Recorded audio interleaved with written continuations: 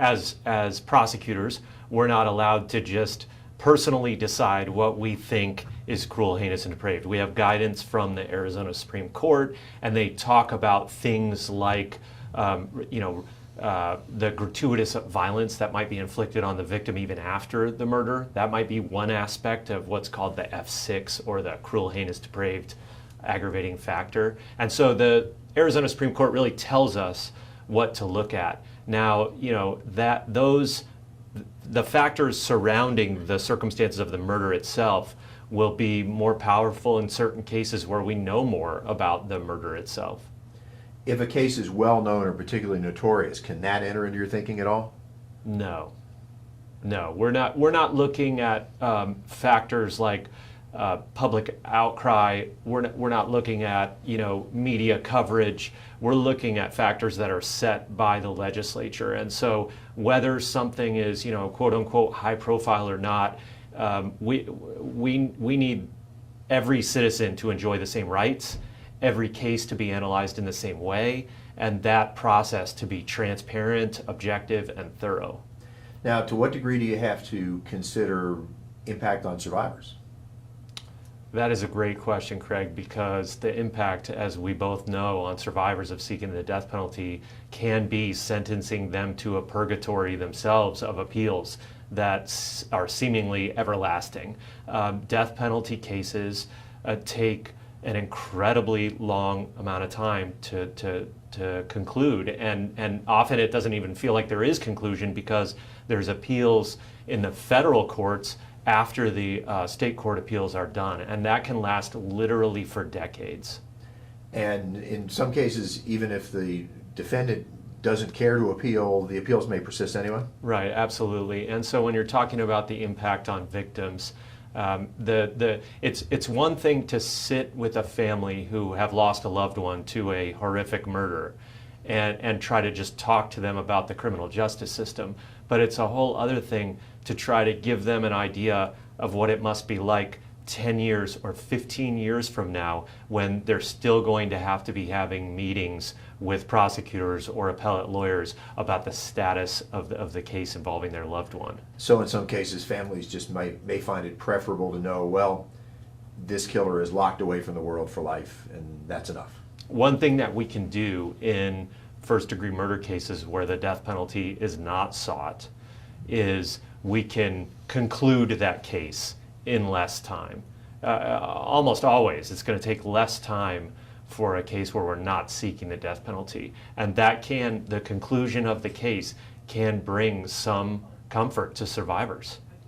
Now, when there are factors in a death penalty case where there are missing pieces of the puzzle, where you perhaps may not know precisely how someone was killed, there's circumstantial evidence that leads to your suspect and may even lead to a conviction, but you don't have the circumstances of death. Does that factor in? It can factor in. I mean, obviously, one of the factors we're going to be looking at is cruel, heinous, and depraved. That's a factor we're given by the legislature.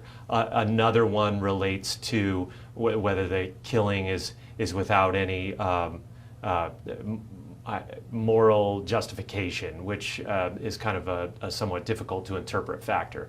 But suffice to say, there are aggravating factors that relate to the circumstances of a killing. And if not much is known about the circumstance of the killing, even though we can prove who did it beyond a reasonable doubt, then that can influence, the strength of the case in terms of seeking the death penalty. Now, that being said, that's just a couple of factors. That issue, whether there's significant evidence about the commission of the murder itself, those factors are among a list of other factors. So, for example, there can be the factor involving other serious offenses, and that factor in certain cases may carry great weight that could overcome a particular lack of knowledge surrounding a particular murder. This would be showing somebody had a history of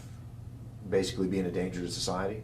That could be it, or you could have I'm just speaking hypothetically, I mean, if you had a serial killer, for example, where you can prove their involvement in murders, but there aren't factors sufficient to establish cruel, heinous, or depraved as one of the aggravating factors.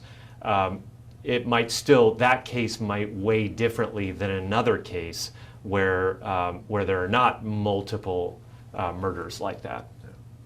You know, I think given the tight boundaries of what we can get on, that should probably do it, but I think we should probably, let's just discuss what you can and can't say about current cases or cases that are in recent history.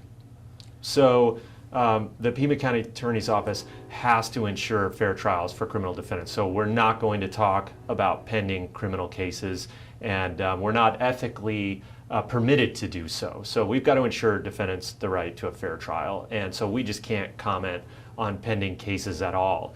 And as to historical comparisons, each case is analyzed on its own facts. And so again, we're judicious in our application of to seek the death penalty. And what I mean by that is the Pima County Attorney's Office rarely seeks the death penalty. We seek it in the worst of the worst cases. And we follow specific factors that are set by the legislature in determining whether to seek the death penalty. We've got 2 such cases pending right now, and historically